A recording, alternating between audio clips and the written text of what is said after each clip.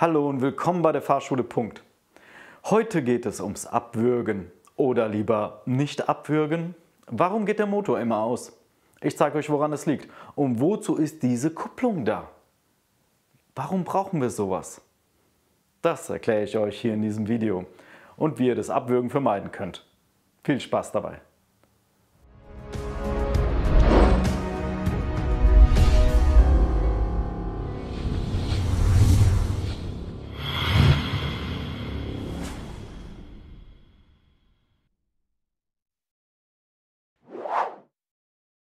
Warum brauchen wir eine Kupplung?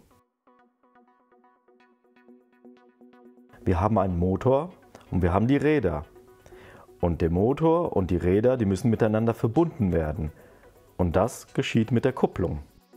Das linke Pedal, das ist unser Kupplungspedal. In der Mitte haben wir übrigens die Bremse und rechts das Gaspedal. Die Kupplung könnt ihr euch vereinfacht vorstellen wie zwei Scheiben. Die eine Scheibe ist verbunden mit dem Motor und die andere Scheibe ist verbunden mit den Rädern. Auf diesem Bild seht ihr, dass die zwei Scheiben nicht miteinander verbunden sind. Das bedeutet, dass der Motor mit den Rädern auch nicht verbunden ist. So, wir treten jetzt erstmal das Kupplungspedal rein. Dann starten wir den Motor. Dann legen wir den ersten Gang ein. Die Scheibe, die mit dem Motor verbunden ist, die dreht sich jetzt. Wenn ich die Kupplung langsam löse, berührt sie irgendwann die andere Scheibe. Und das nennt man den Schleifpunkt. Aber da muss ich ihn festhalten und warten, bis der Wagen losgefahren ist. Die zwei Scheiben drehen sich in der gleichen Geschwindigkeit, dann kann ich die Kupplung komplett lösen. Und der Wagen fährt, ungefähr 10 km/h pro Stunde. Trete ich die Kupplung wieder voll durch, werden die zwei Scheiben gelöst. Der Motor dreht sich weiter und der Wagen rollt aus und bleibt stehen. Also nochmal. Ich suche mir mit der Kupplung den Schleifpunkt und halte ihn fest, bis der Wagen losgefahren ist. Und wenn wir ca. 10 km/h fahren, dann kann ich die Kupplung langsam lösen. Der Wagen fährt. Ich drücke die Kupplung wieder voll durch und Motor und Räder werden getrennt. Ich kann jetzt auch bremsen und anhalten.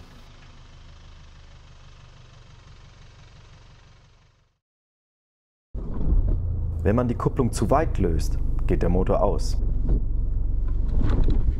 Er würgt ab.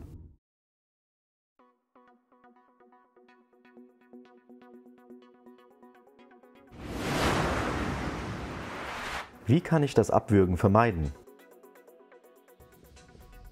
Achte darauf, dass die Fußzehen und der Fußballen das Kupplungspedal bedecken. Tritt die Kupplung immer voll durch bis zum Anschlag.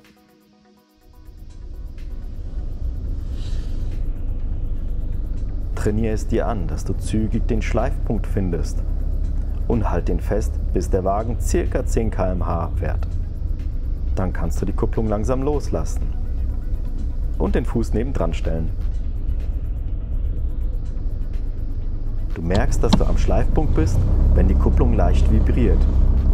Bei manchen Fahrzeugen geht die Drehzahl ein wenig hoch. Das Auto fährt langsam los. Du bist am Schleifpunkt.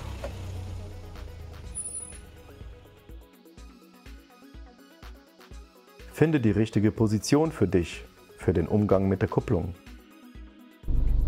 Wenn du dir den Schleifpunkt suchst, könntest du den Fuß in der Luft halten und wenn der Wagen losgefahren ist, dann langsam loslassen. Es ist vielleicht etwas anstrengend und erfordert viel Übung, den Fuß so in der Luft zu halten. Du kannst auch die Ferse auf dem Boden langsam zurückziehen, um den Schleifpunkt zu finden. So ist es leichter, den Fuß ruhig zu halten. Wenn der Wagen losgefahren ist, kannst du langsam den Fuß von der Kupplung nehmen. Achte aber darauf, dass die Ferse nicht fest auf dem Boden liegt, denn dann könnte die Fußspitze nach oben rutschen. Das Kupplungspedal wandert immer weiter zur Fußmitte. Wenn du jetzt wieder die Kupplung reintreten musst, weil du wieder anhalten musst, dann liegt nicht mehr die Fußspitze und der Fußballen auf dem Pedal. Der Fuß ist nach oben gerutscht. Wenn du die Ferse jetzt wieder unten ablegst und die Kupplung langsam löst, rutscht das Kupplungspedal wieder weiter runter. Und wir haben das gleiche Problem. Du kannst dann die Kupplung nicht mehr richtig durchtreten.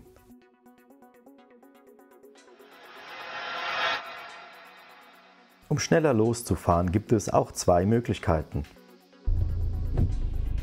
Sobald du am Schleifpunkt bist, gibst du rechts etwas Gas dazu und der Wagen fährt schneller los.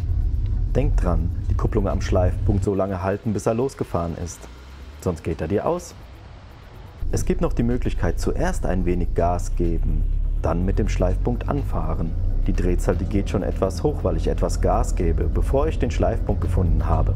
Aber erst wenn ich den Schleifpunkt habe, dann fährt das Auto los. Damit wirkst du nicht so schnell ab. Allerdings hat es auch einen Nachteil.